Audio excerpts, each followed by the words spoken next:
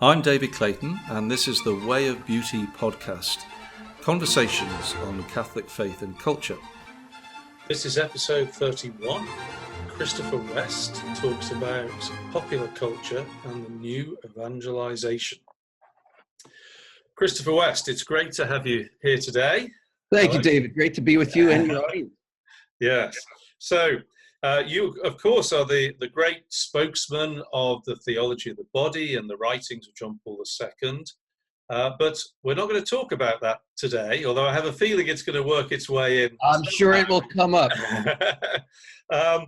What I want to focus on is popular culture. And because I know that's played a part in you coming to the faith, I'm just going to ask you to describe that in a minute. But really, we're going to ask the question, does popular culture have a place in Christian culture? Is it all low culture and bad culture, or should Christian culture just be high, refined culture? Where can it sit? And if there is a place, what can Christians do about it? I just have this memory of awful Christian rock and just being turned off by it. And so yes. You and me both. Christians have tried. And so we're going to explore the principles and the ideas. So first of all, Christopher, when we talked before, I asked you just to give us your story of how you came to be so passionate about what you do. So if you could just give us that story in faith, if you like, that journey in faith. Sure. I can give you the short version. The extended version would take several broadcasts. But I look back at the role of popular culture, especially music and movies in my life, and it's only been in retrospect that I have seen the role that they have played in my interior life. And I often tell my audiences the story of when I was 8 years old and I was lying in bed and Bruce Springsteen comes on the radio singing his 70s anthem. This was the 70s. His song was Born to Run. Right. And he's looking for this place. He's trying to get somewhere. He has this desire to find something that's going to fulfill him. And he's running to find it. And he's running to find it with a girl named Wendy. Little did I know at the time that 17 or 18 years later, I would marry a girl named Wendy. So it's like this song was kind of a prophecy of my life. And at the end of this song, he says to Wendy, he says, someday, girl, I don't know when, we're going to get to that place where we really want to go, and we'll walk in the sun. But till then, tramps like us, baby, we were born to run. And then he just cracks open his rib cage here, and he lets this cosmic cry come out of his heart. And I'll spare you my attempt to sing it, but it spoke to me. Something rumbled through my soul. It's like the ceiling in my bedroom cracked open, and I was staring into the depths of the universe. And I had no idea what it was, but I knew it was big. I knew I was part of something big. But sadly, in my Catholic upbringing, Catholic schools in the 70s and 80s, nobody connected the dots for me between that ache, that's what I call it, this ache I felt for something literally out of this world. Nobody connected the dots between that ache I felt when I heard that Springsteen song, or the ache I felt when finally, in third grade, after waiting since kindergarten, Stacy Reed finally sat next to me. The nuns arranged the classroom in such a way that Stacy Reed was finally sitting next to me. And the heart palpitations I was having because Stacy Reed was finally sitting next to me. Nobody connected the dots between my passions and longings and desires and this thing I was learning in religion class called God. In fact, religion class I can summarize with one short word: boring. There was no connection between the doctrine I was learning and my day-to-day experiences as a young person. It wasn't until many years later I discovered John Paul II's teaching that those dots started to get connected. But here's how I look back on it. I was raised on what I call the starvation diet gospel. And the basic message in the air was your desires are bad.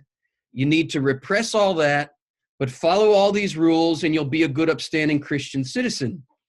Well, I wanted to be a good, upstanding citizen. And in many regards, I had an older brother who got in trouble with drugs and in trouble with the law. And I didn't want to go down that path. And I tried to be a good kid. And then the desires really hit hyperdrive when I was a teenager. And the fast food started to look more and more attractive. You know, you can only hold your breath so long until you got to take in some air, and you don't care if you've been told the air is polluted, you have to breathe. I was so hungry for some kind of satisfaction, for some kind of fulfillment, that I didn't care if I was told that the food I was going to go to was not good for me. It was better than starving to death. And to go along with that analogy, you know, if fast food becomes your steady diet, the grease and the sodium is going to catch up with you. And indeed, it did catch up with me in my college years. And I remember getting on my knees. This is now 1988. I fell on my knees in a college dorm and I said, God in heaven, if you exist, you better show me why you gave me all these desires, because they're getting me and everybody I know into a hell of a lot of trouble. What is your plan? Do you have a plan? It was a very ragged prayer, but it was also very honest. And something did shift. At this stage in my life, you know, I was waking up every day not wanting to be alive. I would wake up and I would just, you know, let out a few expletives and say, blankety blank, I'm alive. I got to deal with life. But the day after I had let out that pretty ragged but honest prayer, I got up, went off to class, and it wasn't until about lunchtime that I realized, oh yeah, I'm supposed to hate life. And it was just a recognition, wait a minute. Is there somebody out there who heard my prayer? And it started me seeking. It started me asking bigger questions. And I'll make a very long story short, but that search led me to St. John Paul II's Theology of the Body a few years later. And I remember reading it for the first time, and I had to have a theological dictionary in one hand and a philosophical dictionary in the other just to make sense out of it. I was 23, 24 years old when I found it. And but nonetheless, I understood enough to realize this Polish guy was talking right to my heart. And he was telling me that ache I felt ever since I was a little kid, that ache I felt when I heard Springsteen on the radio, it had a name.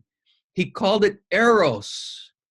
Now, in my mind, David, at the time, you know, Eros, to me, all I know is the English equivalent, erotic. And to me, anything erotic was just pornographic and distorted. But he was saying, no, we must never confuse Eros with another Greek word, porneia. And he told me Eros is a desire for everything that is true, good, and beautiful. And ultimately, Eros is a yearning for God. But because tragically, with original sin, our desires became disoriented, we need to go through an inner transformation to get our desires reoriented towards the divine, towards the infinite. The analogy I use is that God gave us Eros to be like the fuel of a rocket that has the power to launch us to the stars. But with original sin, our rocket engines became inverted. And that's why we go out into the world seeking love, seeking joy, seeking happiness, but so often it backfires on us. This was my experience. The fast food looked good. It even tasted good going down, but it led to more misery. And I learned the hard way that you can die from starvation on the one hand, but you can also die from food poisoning on the other. And John Paul II was basically speaking right to me saying, Christ came into the world not to condemn those with inverted rocket engines. He came into the world to redirect our rocket engines to the stars. And I discovered Christianity is not a starvation diet. It's an invitation to a banquet. And I really believed I was holding in my hands the answer to the crisis of our times. This was the real sexual revolution, Will. And I felt like I had discovered something as big as the cure for cancer. That's really how I received it. And I knew then, you know, if you discover something that big, you can't sit on it. You have to tell people about it. So I knew then I would spend the rest of my life studying this teaching and sharing it with the world. And I had a pretty dramatic shift in my career path at that point. I was, at the time, I was a singer and a songwriter. I was playing music in a lot of different bands, and I had come out with an album, in fact, and I was shopping my album around to some record labels. And I traded in my guitar and my drumsticks for a career in theology. Little did I ever think I would be doing this with my life, but the last 25 or whatever years it's been, I couldn't imagine doing anything else with my life. I have the greatest job in the world. I just get to invite hungry people to this banquet. Well, that's tremendous. I'm glad you decided not to be a Christian rock singer. And you did what you did, and you've been a great service. I'm just going to tell you my story. I was interested in your phrase of connecting the dots, that if I'm just trying to sort of summarize what you said, you felt that Springsteen, he's not a Christian, as far as I know, and it wasn't a Christian. This is interesting. He was raised a Catholic, and I devoured his autobiography a couple years ago. In fact, I read it twice. And I find this guy absolutely fascinating. He credits his Catholic upbringing with his imagination. You know, I wouldn't call him like a believing, practicing Catholic, but he says, hey, you know, once a Catholic, always a Catholic. It's in my blood. And he says, it gave me the imagination to understand there really is a battle between good and evil, and there really is a promised land, and there really is this yearning for redemption, and there is really this place we're running to that we want to get to. So while he may not be a practicing Catholic per se, the Catholic background of his childhood really has shaped and formed him. Yes. Now, my experience is, it was at the same sort of period. It was in the 70s. I'm 10 years older than you, I think, or a little bit older. So I was about 16 or 17, and I heard the music of Genesis, and this was in the days when Peter Gabriel was with. Yes. This is sort of British prog rock, reflective, slow-moving, it's sort of progressing in melody and theme, very thoughtful, as it struck me. Now, up to that point, I just assumed I wasn't interested in music. I hadn't heard anything that I liked. And this was an experience where I felt the hairs on the back of my neck stand on end, kind of felt exposed, as though I was embarrassed somehow. I just thought, is everybody else feeling this? And now, I heard sometime later that the thing that characterized Genesis, because then what's happened is I started to devour all of this rock music and grew my hair and, you know, had flared jeans and all the rest of it. Embroidered. Awesome. I'd love to see pictures. Oh, I hope they'd be destroyed. I took some ones. So I was devoted to, I mean, this was a religion. I talk about this in my latest book, actually. I mean, I wouldn't have said I was worshiping them, but you know, we used to sing psalms at morning prayer at school and say, God bless Peter Gabriel and Robert Plant. And so we understood there was something like that happening. This is teenagers messing around. But what happened, what I've discovered was that the form of Genesis, so it wasn't the words that interested me particularly. I didn't know what they were singing about. It was the structure of the music. And I discovered later that they'd rejected the standard blues format and they'd used sort of conventional scales and this sort of thing. I'm not a musical expert. And that what I was searching for, eventually, I had that experience with a number of things. So something like 6 or 7 years later, it was Schubert, piano music. I was listening to it and I just remember just stopping. And that culminated for me in Palestrina in the Mass at the Brompton Oratory. And when I heard that, and then of course that opened, it wasn't just what I was hearing, it was everything that was going on. The arts in the place, the smell, the incense, the shafts of light coming in, and I could see the smoke. And I just thought this, in the same way, I thought back to what I'd been what I'd been responding to when I heard Genesis, and thought, this is what beauty does. And also that sense that you had of being, Genesis reached me where I was at that point. Yes. I wouldn't have responded to Palestrina, I don't think. I've seen you reach for a book there, so go on. Yes, I reached for a book because I want to quote Springsteen himself here. This is 30 years after I had that original experience, very similar to what you're describing with Genesis I had with Springsteen. Something got awakened. 30 years later, I'm watching Bruce Springsteen induct my other favorite band, U2, into the Rock and Roll Hall of Fame. This is 2005. And I was thrilled to see Springsteen inducting U2 into the Rock and Roll Hall of Fame. This is what Springsteen said. Springsteen here describes to me 30 years later the experience I had listening to his song in the 70s. Listen to this. He says, a great rock band, and I think that's an important qualifier because we know there's plenty of trash out there that falls under the banner of rock music. Yeah, not only trash, but evil. I mean, let's be certain. Yes. Absolutely. The enemy uses the enemy has used this music to bring great evil. I don't deny that at all. Yeah. But again, here I want to say this. This is so important. If we get this wrong, we get the whole universe wrong. Yes. The devil does not have his own clay. All he can do is take God's clay and twist it up, right? God looked at what he made. All the clay is his, and he says, behold, it's very good. The enemy gets a hold of God's very good clay and twists it up.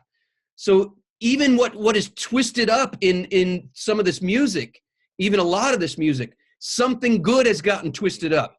I agree. Yes. If we give the devil his own clay, we become heretical in our thinking of the universe.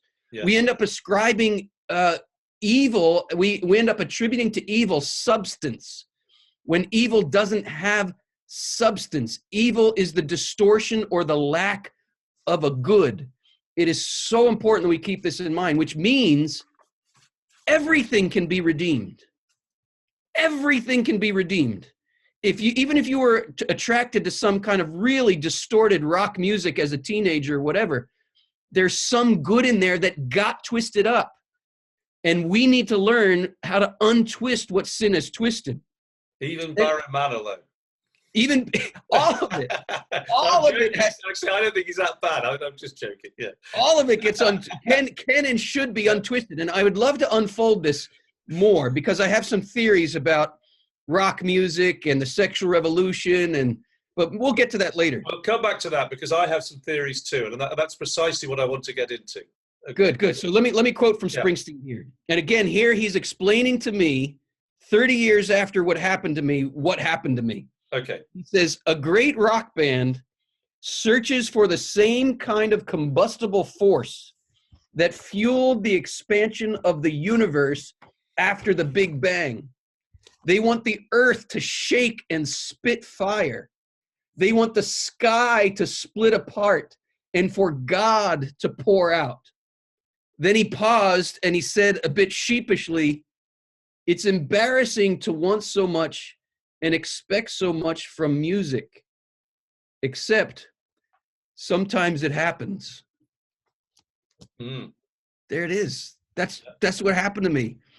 The sky split open and God fell out. I mean, that's a yearning for the incarnation. That's a yearning for heaven to open and God to come down to meet us. That, whether Springsteen can connect those dots or not, what is he running for? Someday, girl, I don't know when, we're going to get to that place where we really want to go. Where's the place we really want to go? He may not have words for it, but he's honest enough to look inside at his heart and say, there's something in there I'm longing for.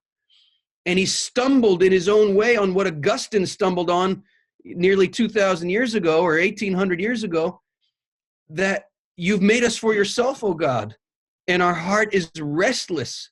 We're going to be restless. We're going to be running. We're going to be searching. We're going to be looking for something. And that something we're looking for is God. That something we're looking for has been looking for us. The sky did split open. God did come out.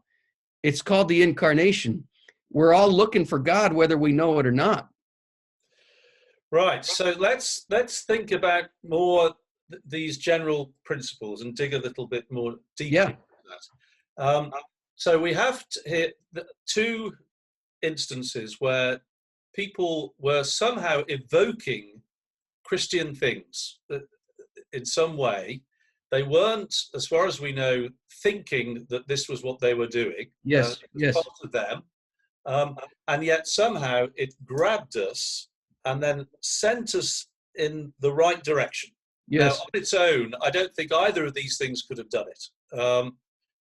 But it needed more work from us. We needed these, the phrase you use, somebody to, or something. Connect the dots. To join the dots. Yes. I tend to think of concentric spheres of like the onion rings that Sure. This was the outside and they pushed me to the next level, but then whatever's there needs to do the same. Yes, I like that. And at the heart, therefore, clearly is God.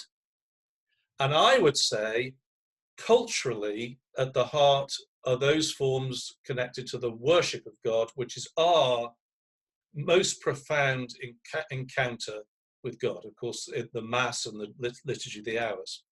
And so this is why Benedict XVI says that the contemporary culture, he calls this in the spirit of the liturgy, it was a problem when it became separated from the culture of faith. Yes. It ought to be a seamless transition.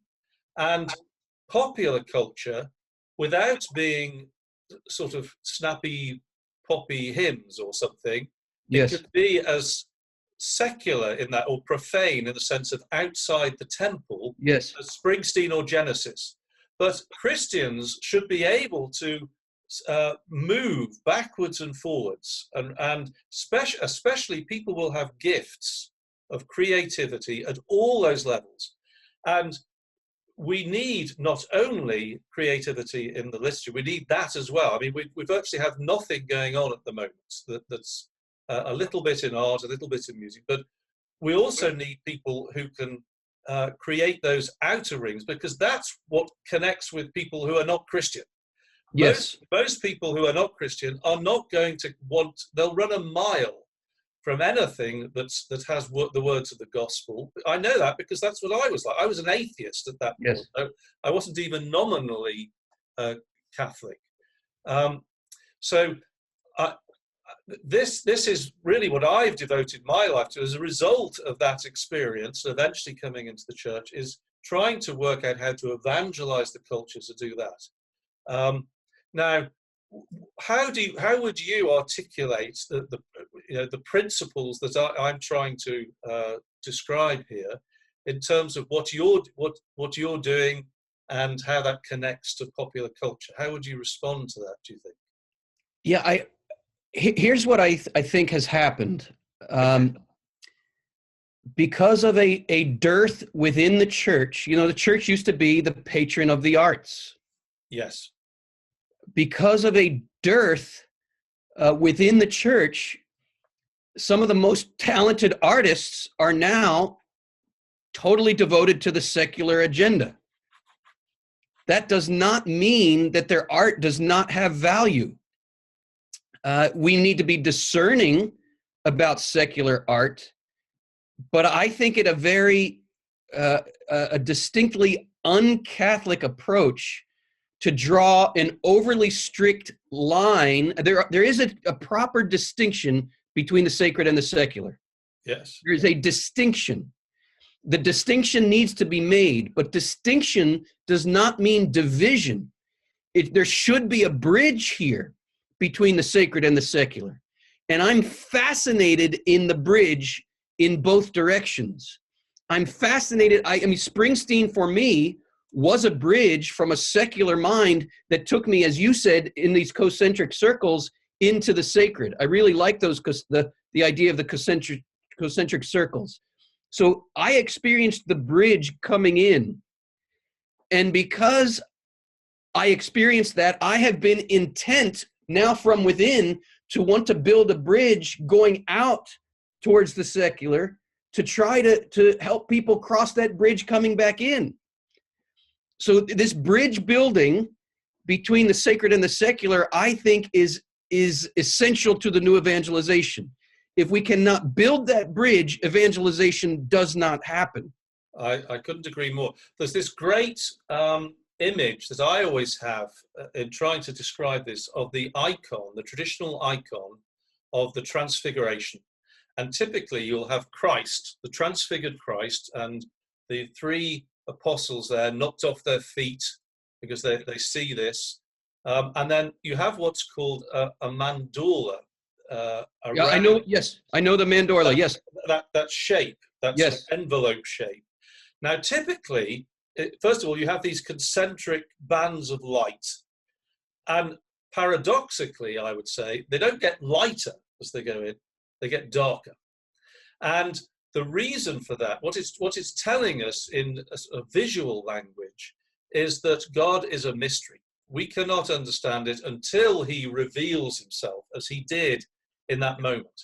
However, we can see, if you like, the reflected light, or the light of Christ permeating through and shining from, in some way, through a glass darkly, you might say, yes, in the cosmos.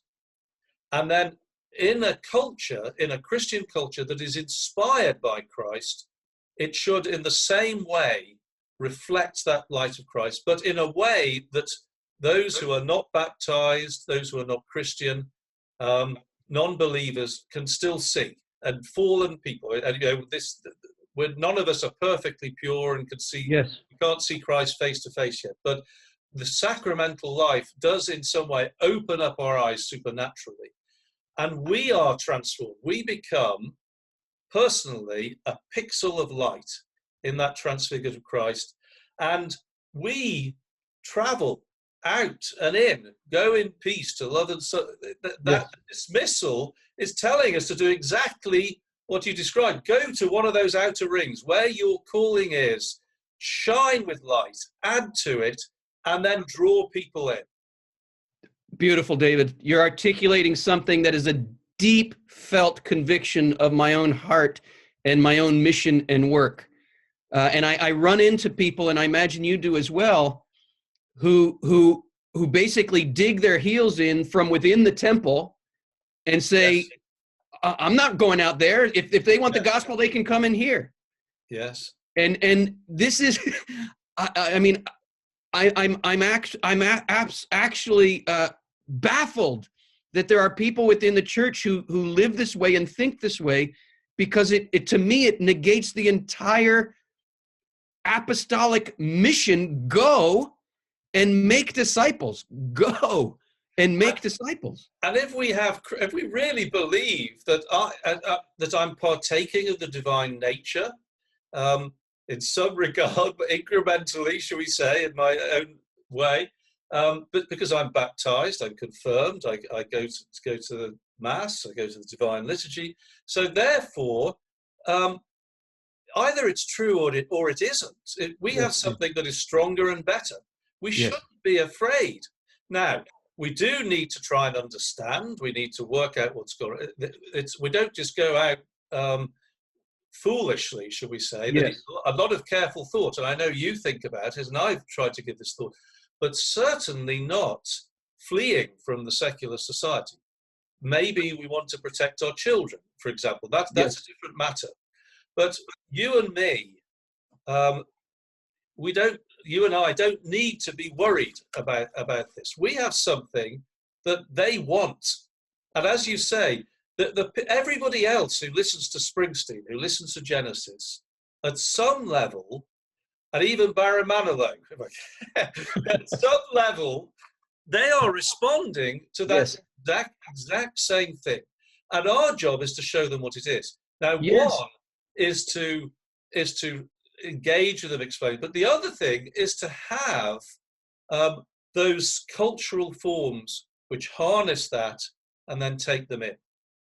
And we need creators. Now, the only answer, I'll let you go, the only answer to that, or also the main answer to that, is we need creators who are formed in Christ. It begins with the prayer, and it's a mystical search. We need to be mystics. Now, this is not the bohemian image of the art. This is thoroughly grounded, feet on the ground, thinking, using reason, using all our faculties. But we need everything that God gives us in order to do this. David, I am so excited by what you're saying. And yes, I'm grabbing another book because I want to look up a important quote from the Pontifical Council for Culture that speaks directly to this. But I want to say that the one of the greatest biblical examples of what you and I are talking about here is Paul going into Athens. And what does he do before he goes into Athens? He studied their idols. He studied their idols. That's what it says right in the Acts of the Apostles. In fact, it says he studied them very carefully. This is so important because all you need to know about a culture to begin the journey of evangelizing a culture, you need to ask the question, what does this culture worship? We all worship something. And I would put it this way, we worship whatever we think is going to satisfy the deepest cry of the heart, the deepest hunger. That's what we worship. Mm. And if the historians are correct, what the people of Athens were worshiping is not much different than what we're worshiping today. They didn't have pornography in the sense of photography and motion picture like we have today, but they did have statues.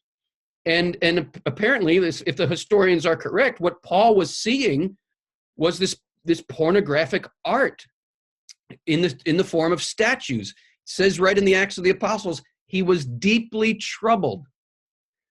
But he goes into Athens, and instead of just wagging fingers, instead of just scolding and shaming people for their depraved art, he uses it as an olive branch.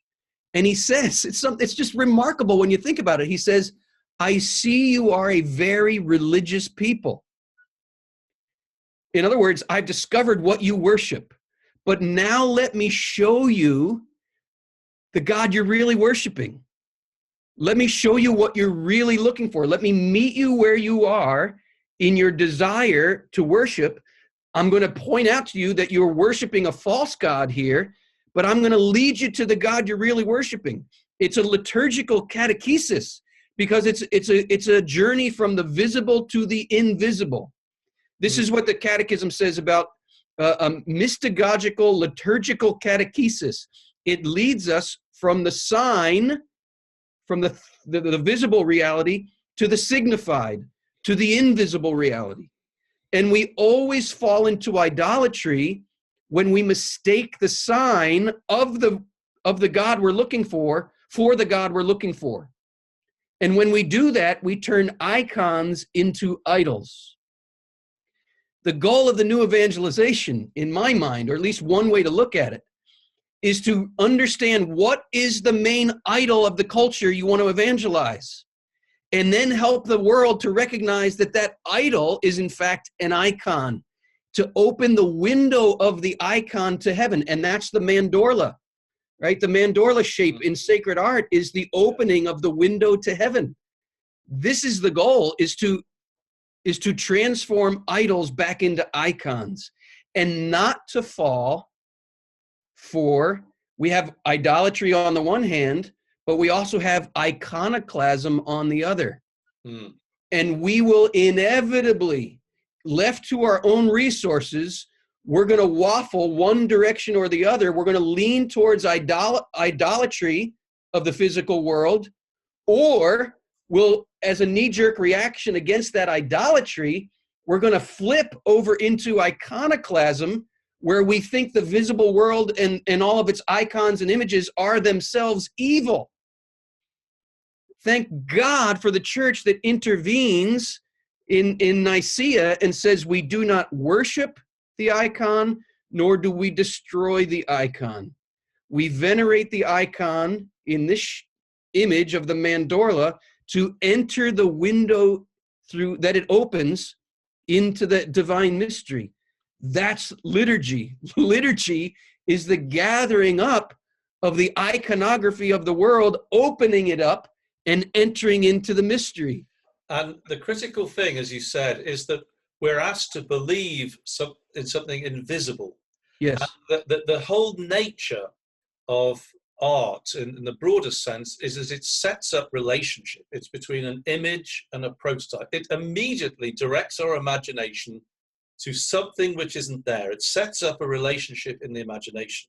Regardless of what it is, that's what art does. And so we can't, most of us are unable to make that connection without some sort of, something we can perceive that directs us to something we can't. So you did warn that the theology of the body would probably come up. So here's where it comes up. Okay, great. And here's where theology of the body and the renewal of art go hand in hand. Here's the thesis statement of John Paul II, the thesis of his theology of the body. He says, the body, and only the body, is capable of making visible what is invisible, the spiritual and the divine. He goes on to say, the body was created by God to transfer into the visible reality of the world the invisible mystery hidden in God from time immemorial, and thus to be a sign of it. So the body, he's saying, is the fundamental icon of the divine. In the modern world, we look at the body, but we do not see it, right? And these are words right out of Christ's mouth. They look but do not see. We mistake the window for the view. Correct. That's idolatry. Yes. When we stop at the window and fail to enter through, the icon becomes an idol. Yes.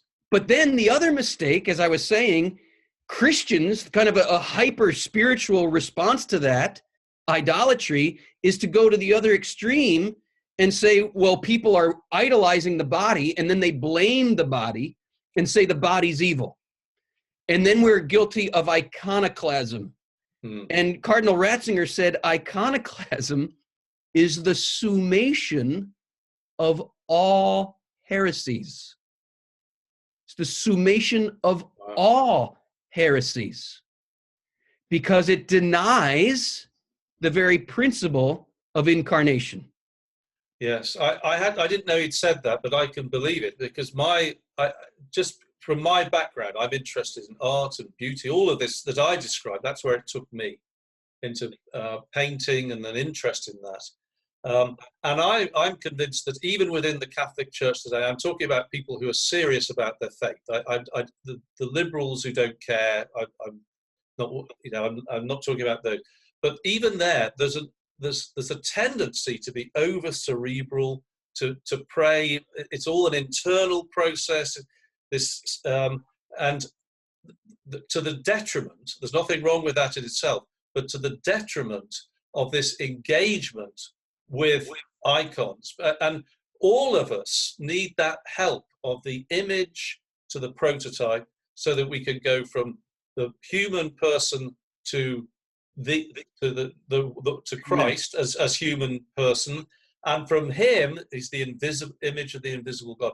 It's all about interconnecting relationships. We cannot manage, and the neglect of visual imagery particularly is hugely important in this. And it's not, I believe it's not just that we don't have good or beautiful art in our churches. It's that even in the way in which we worship, if you compare it to an Eastern church, for example, the way in which we do this, there is so little understanding of how to engage in the context of the worship. Even devotions are great, but if it stops there, it becomes an idol, in the sense that you described. The good is the enemy of the best, and we need this utter sort of integration of all this with Christ at the center. He's the node through which all of this passes. David, you're singing my song. You are singing my song. You and I have been on. It's fascinating to me how your journey and my journey are coming to very, very similar conclusions, if not the very same conclusions, about what is needed. I think so often of, well, I'll just hold it up here. I have. Yes, This, Our Lady of Guadalupe. this is the only icon we have, to my knowledge, that comes from heaven. In their east, they have icons not made by human hand. It's the only one I know of in the Western tradition. Okay, so in the West, we have Our Lady of Guadalupe. What do they have in the East? Well, they have things like the mandilion, which is the Eastern equivalent of the Veronica cloth. So Yes, I have seen so that. Yes. They're sort of just very similar stories. Things just appearing, miraculous appearance of icons. But it's the only one I know that's in that style. And incidentally, that's consistent with an iconographic prototype. It has a very Western style, but an icon painter could have painted it actually. You're speaking of Guadalupe here? Yeah. So the point I want to make here, I mean, so much could be said about the importance of this image, but the point I want to make is this is the gospel enculturated for the Aztecs. The imagery, Right. the symbols of this places the mystery of the gospel in the very language of the Aztecs so that they can have a bridge, right, to enter into the mystery. And just a few things I'll point out. I'm not an expert here, but I have studied up on it, and I find this fascinating. So the Aztecs, I'll draw it up to the camera here. We can see that. That works, yes. We can The see Aztecs, a virgin in Aztec culture parted her hair like this. Wow. So when the Aztecs look at this, they see a virgin. The Aztecs, a pregnant Aztec woman would also have a ribbon over her womb right here. So they look at this and they see virgin, pregnant. Now, I'll see if I can get up close enough. Under the ribbon is a 4-petaled flower, and that is the symbol of the divinity in the Aztec culture.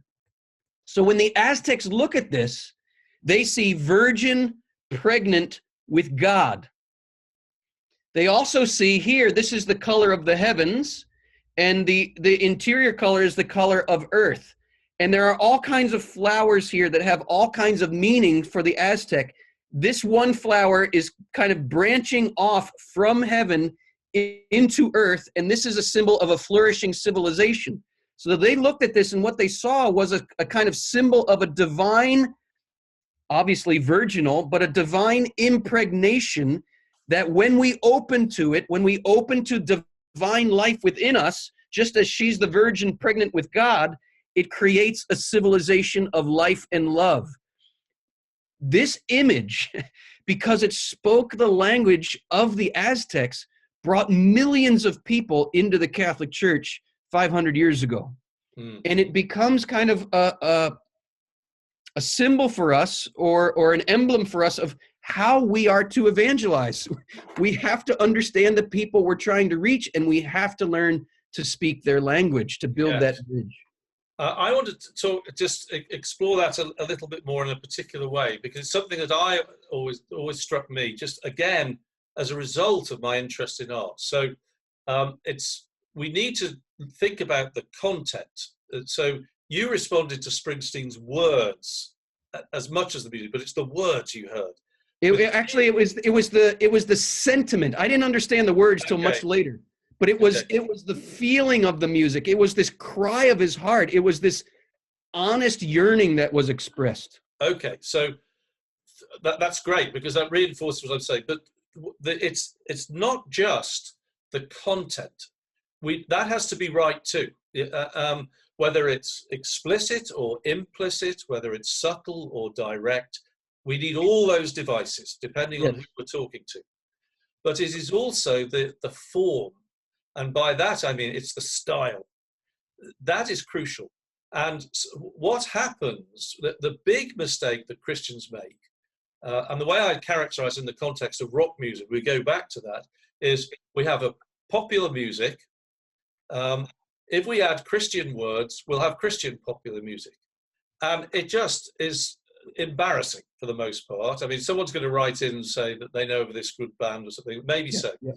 But the reason for that is that a form it speaks in a way as well. That the form is ultimately what the beauty derives from. It's the relationship of the parts to each other, and also the relationship there of the whole that's created to its purpose. And we instinctively pick these things up. And so what we need to do is make a study of form as well. It is possible in rock music. So Genesis, for example, again, that wasn't Christianity that was driving them, but they wanted to adapt what was happening in rock music to the forms of classical music.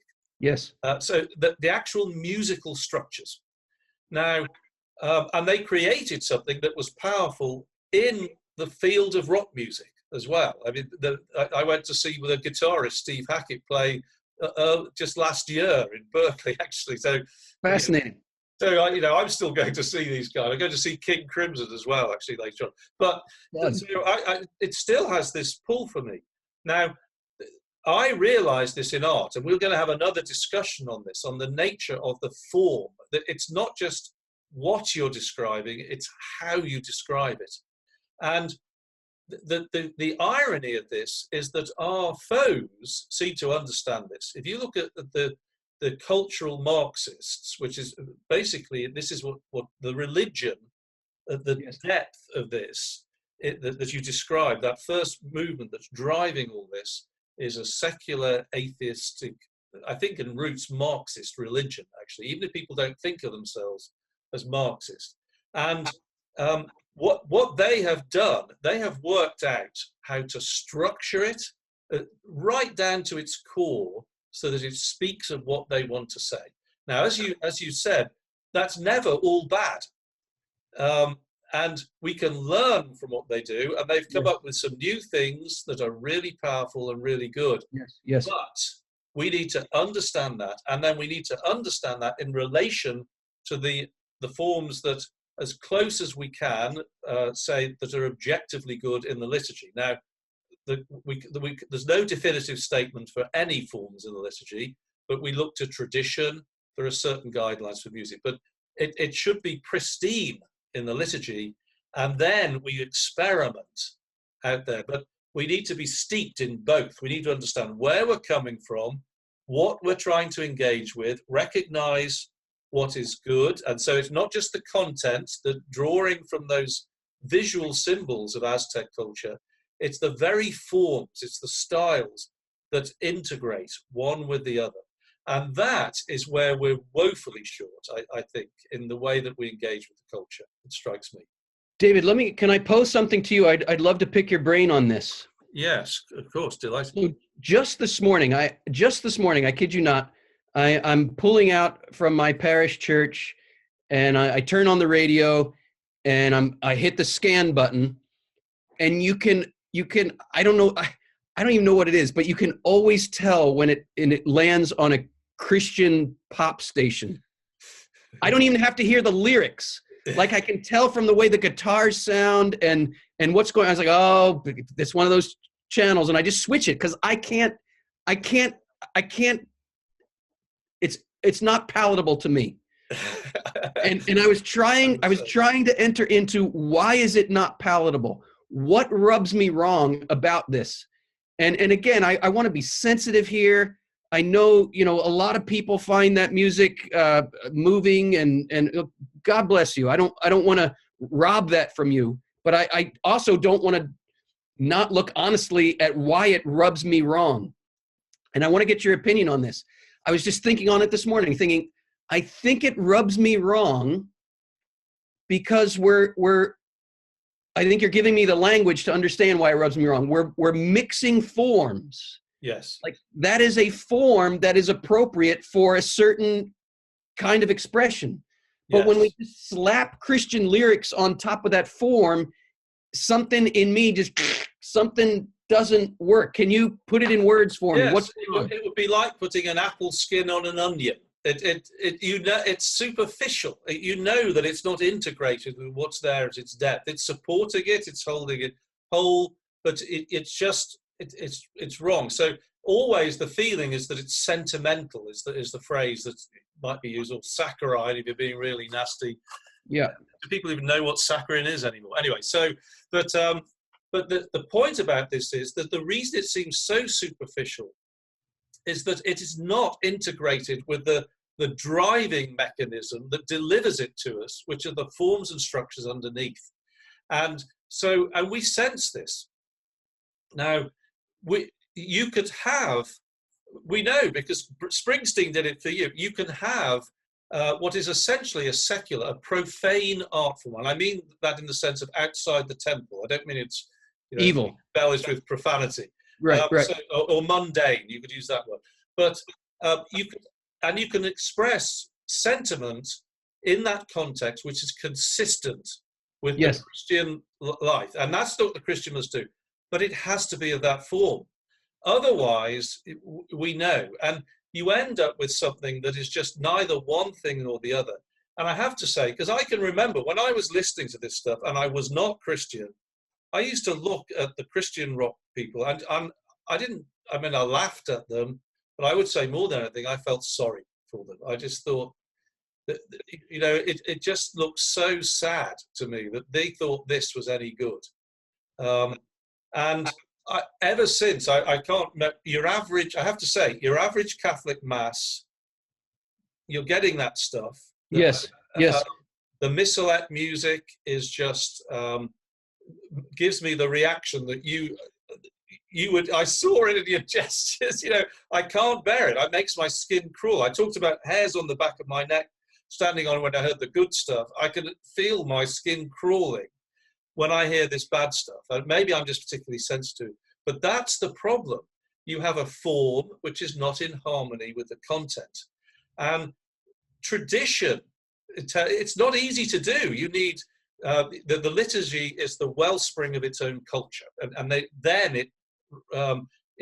accepts and integrates with things from the outside, but that has to be the heart of it. And tradition, that's why we look to tradition, because it's been tried and tested, and other people have said, I can't bear that, get it out, Yes. We don't want top of the pops 14th century, get it out of there, So this dynamic has been going on constantly. And I think that to me is what's happening. Are you familiar with a Christian philosopher named James K.A. Smith? No. I would recommend two books to you. One is a bit more academic and one a bit more popular. The more academic one is called Desiring the Kingdom, and the less academic, more popular is called You Are What You Love. And he opened my eyes to something I think is very pertinent to our conversation here. He takes you on a tour through the modern cathedral, what he calls the modern cathedral. In other words, the place where the secular world goes to worship. And he describes something with all kinds of side chapels and where the lighting is and the windows are angled just perfectly for a desired end. And in the end, you're not so sure where you are until he reveals to you at the end, you're in a shopping mall. And he says the shopping mall has taken the form of liturgy of the cathedral and morphed it into its own end, which is consumerism. And then he says the problem with much of Christianity today is that in our attempts to evangelize, we imitate the forms of the mall. Yes. Which is an imitation of the real form. Well, Paul VI, yeah, I know. Paul VI used the phrase, the smoke of Satan has come. We open the doors. And that is another way of saying, and perhaps a bit more dramatically, exactly what you're describing. It's the wrong direction. Undiscerningly, we've just let all of this come in. Yes, yes. And when you have, at the heart of it, we need liturgical renewal. There's a lot of work to do there. We then need forms that are connected to it, and then it works its way out. And yes, this desire to reflect what seems to be popular, you can't reflect, as you say, if you imitate what people worship, then you're bringing the idol into the sanctuary. Okay, so here's comes back to my previous point, which I think is critical. And this is where I'm often criticized because I believe I'm misunderstood. So let me give the visual that I typically offer. I need a piece of paper. Hang on. Yep. So the visual that I often will provide, I'll say, okay, here, I want everyone to imagine this is the most beautiful painting you've ever seen in your life. And I describe that this is man and woman, just as God created us to be when we were naked without shame. So original innocence. And it is, as John Paul II says, this is the primordial sacrament. The original icon of the divine is male and female made in the image of God, naked without shame. The enemy hates this icon. He hates this painting with all his diabolical fury. And his goal from the beginning is to close that window so that it no longer opens us to heaven. This is what happened with original sin. The original icon got terribly twisted up and distorted. But then the iconoclast sees this in its twisted form and thinks the solution, well, it looks like trash, throw it away. Right? So this is Manichaeism, this is Gnosticism, this is Puritanism, this is iconoclasm. It's not Catholicism. Christ comes into the world to restore creation to the purity of its origins. So if the puritanical approach is to throw it away, right? Hugh Hefner's approach is to take it out of the trash can, but leave it just like this. So this is pornography. And the reason the sexual revolution was so successful is because fast food is better than starving to death. Yes. When the approach is to throw it away, we're starving ourselves for the icon. We are created for that iconography. When we throw it away, we starve. Hugh Hefner says, hey, you shouldn't throw this away. And on this point, Hugh Hefner was right.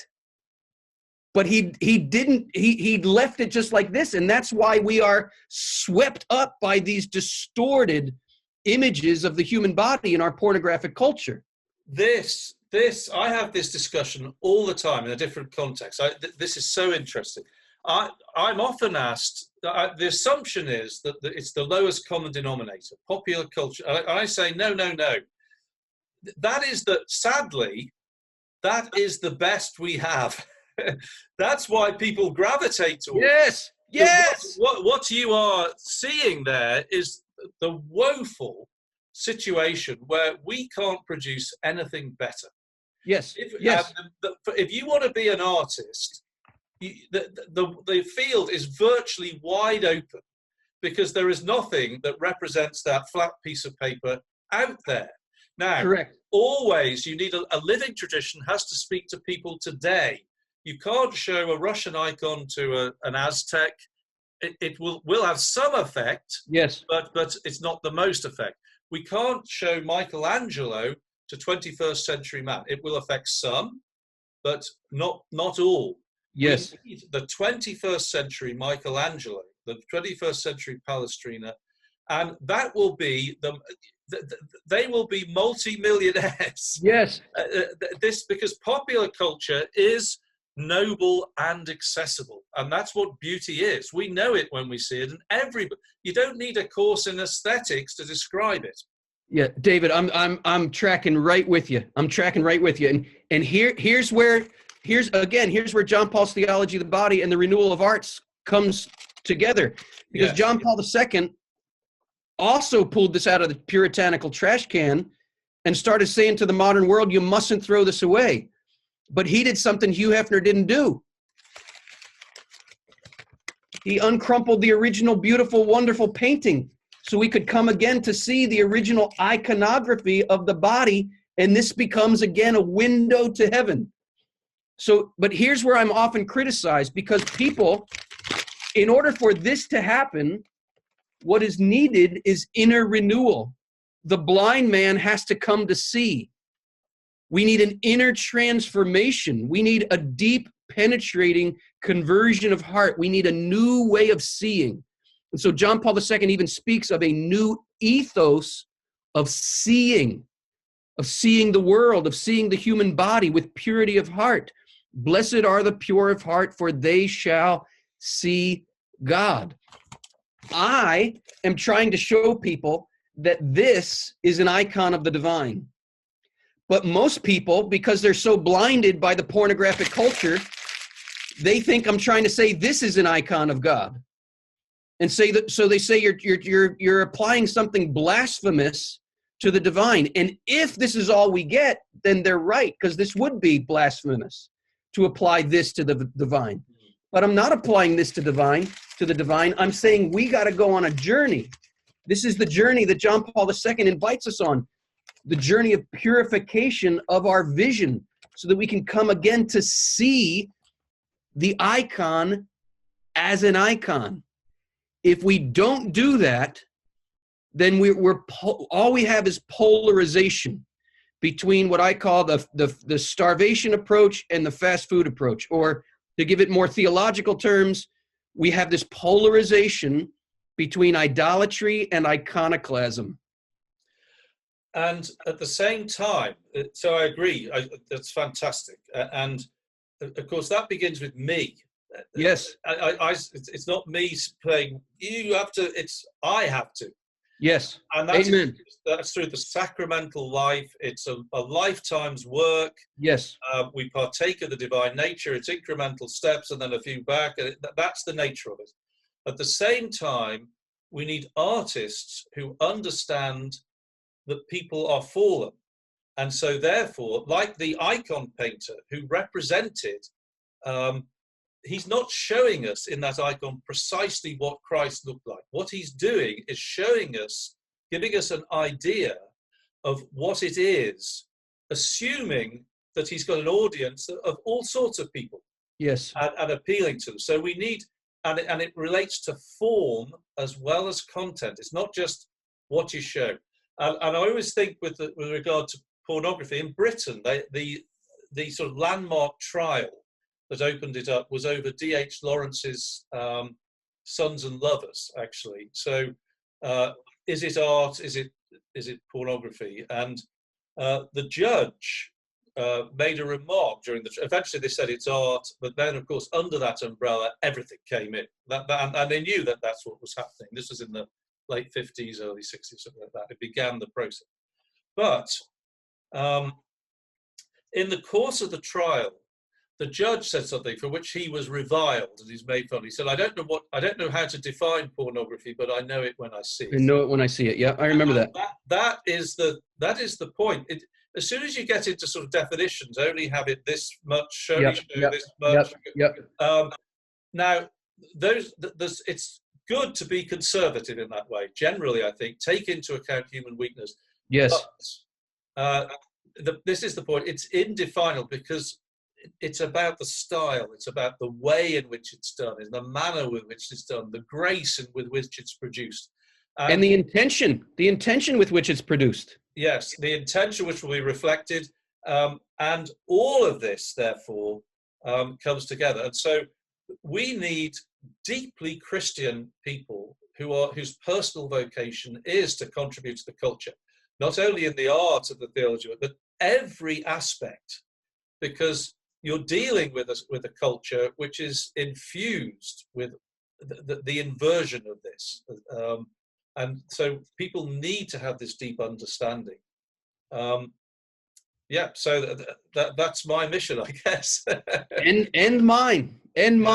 I would say my mission is to hold this out to the world. We all start here, right? Yeah. But if we don't hold out the vision of what we're called to, we won't know how to get there.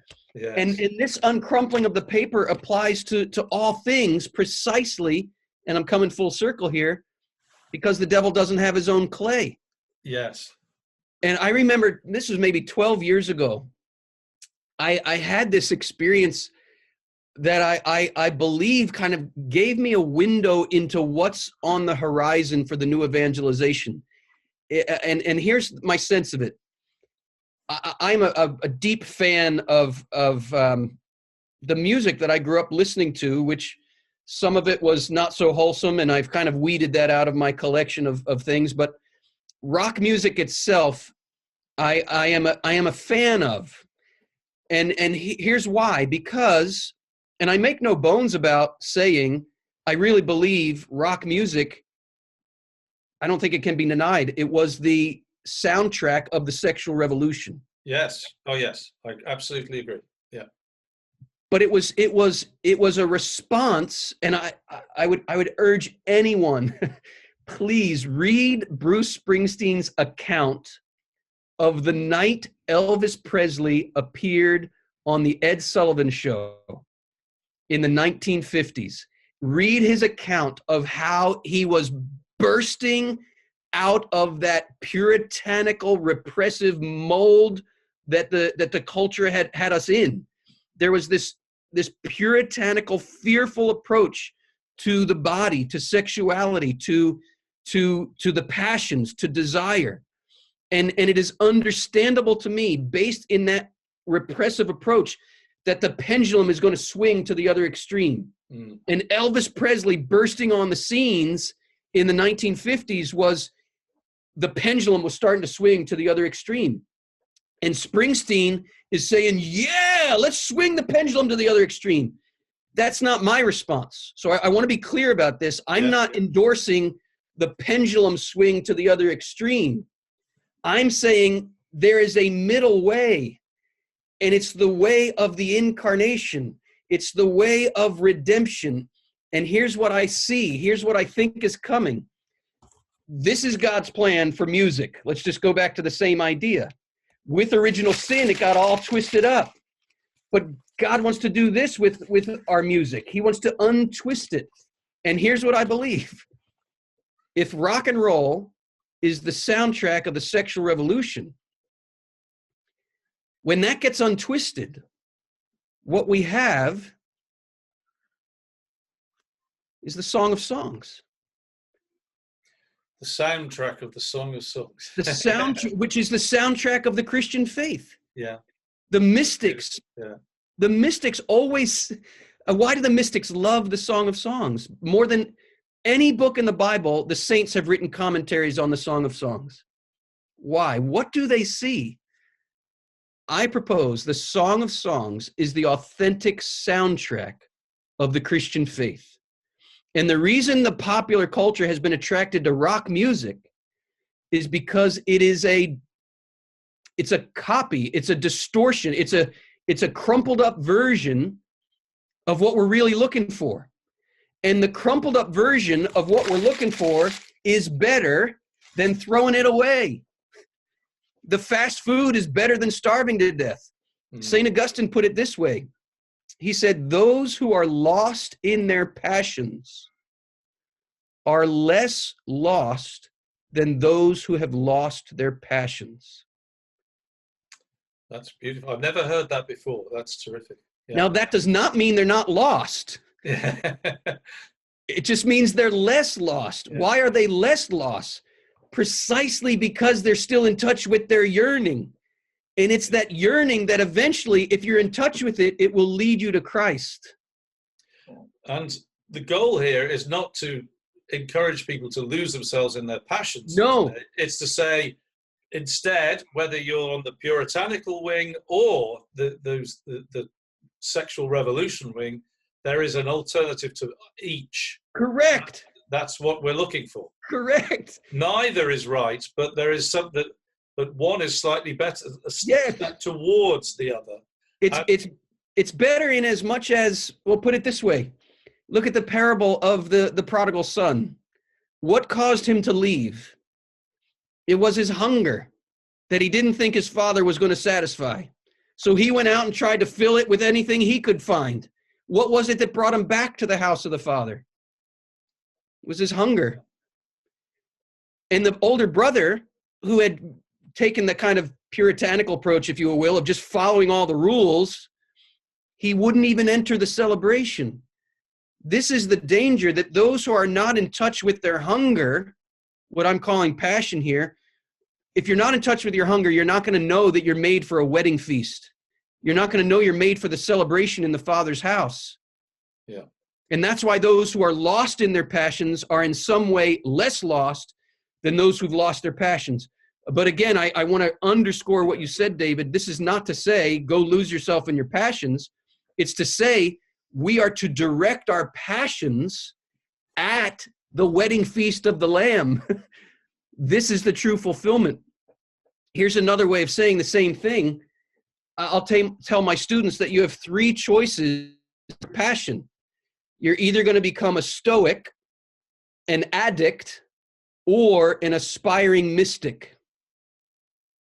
So make your choice. What's it going to be? The stoic represses desire. The addict indulges in finite pleasure. And if that yearning is a yearning for the infinite, finite pleasure will never satisfy. So you think you need more and more and more and more. That's the life of the addict.